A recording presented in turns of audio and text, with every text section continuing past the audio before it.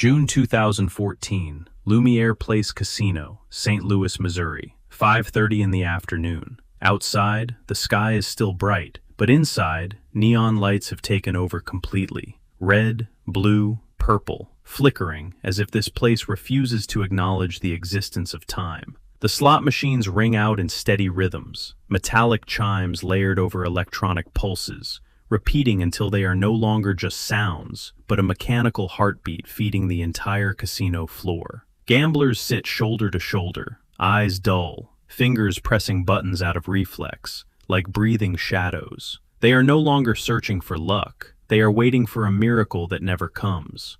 In a corner near a round pillar stands machine 4471. A dark-haired man in his mid-30s, with sharp Eastern European features, sits upright. No beer, no cigarettes, no friends. Just him and the glowing screen in front of him. The neon reflections flicker across eyes that reveal almost nothing. His right hand hovers above the spin button, not touching, not trembling, just waiting. 1 second passes, 2 seconds, 5. Around him, people press relentlessly. Lose, press again, but he does not rush. He is listening to something invisible, a rhythm no one else can hear. Then the phone in his pocket vibrates softly, just once. No one notices. He glances down without taking it out and lowers his finger. Spin. The reels whirl, lights flash. They stop. $847. The machine screams, celebratory sounds bursting into the air. A woman beside him turns her head. A man mutters congratulations, but his face does not change. No smile, no raised eyebrow, not even surprise, as if he already knew. He stands quietly, presses cash out. The ticket slides into the metal tray. He picks it up and walks toward the cashier, blending into the noise yet somehow separate from it. No one sees anything unusual, just another modest win among hundreds chasing something bigger. But there is something in the way he leaves that seems to slow the air around him. Not the amount, the certainty. And in a place built on randomness, certainty is the most dangerous thing of all. 7:15 in the evening. Behind thick glass that muffles the roar of the casino floor, the analytics office glows under harsh white fluorescent lights. She has been sitting there nearly 10 hours. 3 monitors crowded with charts and tables in front of her. Paper coffee cups lean beside her keyboard, long gone cold. This job is repetition, numbers shifting endlessly until your eyes blur, until your brain decides everything is normal. And most of the time, it is.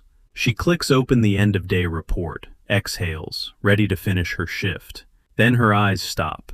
Hold percentage 2.1%. She blinks. It should be 13%. She thinks she misread it, rubs her eyes. Looks again. 2.1. Her heart beats a little faster. Maybe it is a system glitch. Maybe just one machine. She pulls the deeper logs. 11:47 p.m. Win $847. 11:52 p.m. Win $623. 11:58 p.m. Win $491.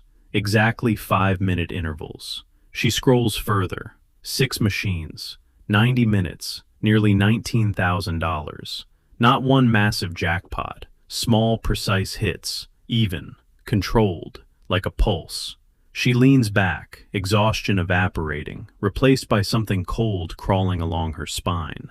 Slot machines are random. She was trained to believe that. She has believed it for years. Random number generators cycling thousands of times per second. Impossible to predict. Unless someone is not guessing, but knowing. Early 2009, St. Petersburg sits under a gray winter sky. Old buildings coated in snow, people passing one another without truly seeing. In a small third-floor apartment, Alex sits in front of an aging computer, working for clients who barely remember his last name. Freelance programmer, database fixes, security patches, minor optimizations, paid, forgotten. He studied mathematics at a top university. Professors called him extraordinary. Talent, however, does not pay rent. Bills and silence are the only consistent parts of his life. Then Russia bans gambling nationwide. Thousands of slot machines are dismantled and quietly sold in semi-legal deals. A casino owner approaches Alex with a simple, illegal request. The machines are paying out too much, 90%. I want 50. Can you change it? Alex needs the money. He agrees. The day he opens the cabinet, removing the metal shell, studying the circuit board and chip inside, something shifts in his expression. He is no longer just a contractor. He reads the source code like a doctor reading test results. Pseudo-random number generator. The machine spins thousands of times per second, producing what players call luck. But as he reads deeper, he sees the truth. It is not random. It is an algorithm, a formula, a sequence with a starting state and predictable progression. If you understand it well enough, you can forecast it. He sits still, feeling both exhilarated and insulted. Billions of dollars protected by this. Randomness is an illusion, he whispers. And for the first time in years, he does not feel invisible. Late 2009, in a smoke-filled underground casino on the edge of St. Petersburg, Alex walks in like any other gambler. No signs, no obvious cameras, just tired men and quiet waitresses. He chooses a machine in the corner, exchanges money, begins playing. 20 spins, 30 spins, small losses, enough to look authentic, but he does not watch the screen like the others. He positions his phone subtly, recording each result. No one notices. In a room full of desperation, recording your losses is normal. Back home, he shuts the door, closes the curtains, connects his phone to his laptop. His custom code analyzes the footage, reconstructing the internal state of the generator. Numbers fill the screen. The program runs, stops. Next win in 15 minutes, 32 seconds. He looks at the clock. This is not a guess. It is math. He returns the next evening. Same machine. No one remembers him. He starts the timer. 15 minutes, 32 seconds, ticking down. 10 seconds. 5, 3, 2, 1. His finger presses spin at the exact moment. The reels stop on a winning combination. The machine sings. He does not smile. Determinism. In a world built on chance, he has found certainty. Weeks pass. He returns occasionally. Not greedy, not obvious. But underground casinos rely on instinct. The owner watches him longer. A security guard tilts his head. No words, just suspicion. In that world, you do not get a fourth visit. You get a ride into the forest. Alex understands. Too slow. One machine every 40 minutes. To earn real money, he needs scale. 50 machines at once. Different cities. Different countries. He cannot be everywhere. In his small apartment, the screen lighting his face, he realizes the system can scale. He does not need programmers. He needs people who can wait and press a button. He types a short message. Project available. Good pay. Discretion required. He presses send. Not out of greed, but because he has gone too far. One cold afternoon in St. Petersburg, snow melting into gray slush outside a familiar cafe, Murat waits. They once studied there together, debugging code over cheap coffee. Alex arrives, calm, certain. He explains the plan. Record 20 to 30 spins. Send the video. Wait for vibration. Press at the right second. 10% for you. At least $1,000 per week. Murat stares out the window.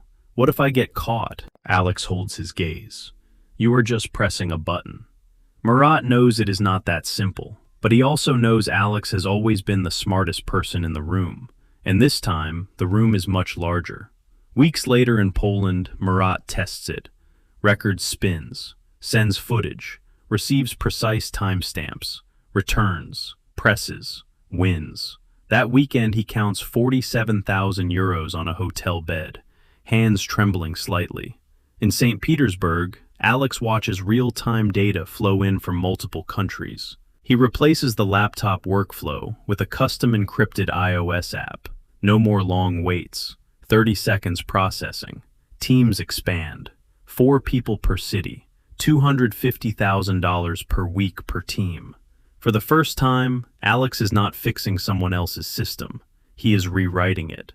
But speed creates exposure. With 30-second processing, Agents no longer pause, no natural breaks, just record, upload, wait, press, win, repeat. In the surveillance room, the analyst rewinds footage. A man in a gray hoodie, finger hovering, 3 seconds, 5, 7, press, win. The pattern is human now, not numerical. She sees someone waiting for something invisible. December 2014, Hollywood casino parking lot. Murat exits with his team. Upload complete, heading to the airport. He sits in the rental car. In the mirror, a black SUV without plates approaches fast. Another blocks the rear. Doors open. FBI. Show me your hands. No gunfire, just silence. Murat looks at his phone. No signal. In St. Petersburg, Alex watches server indicators turn gray. Offline.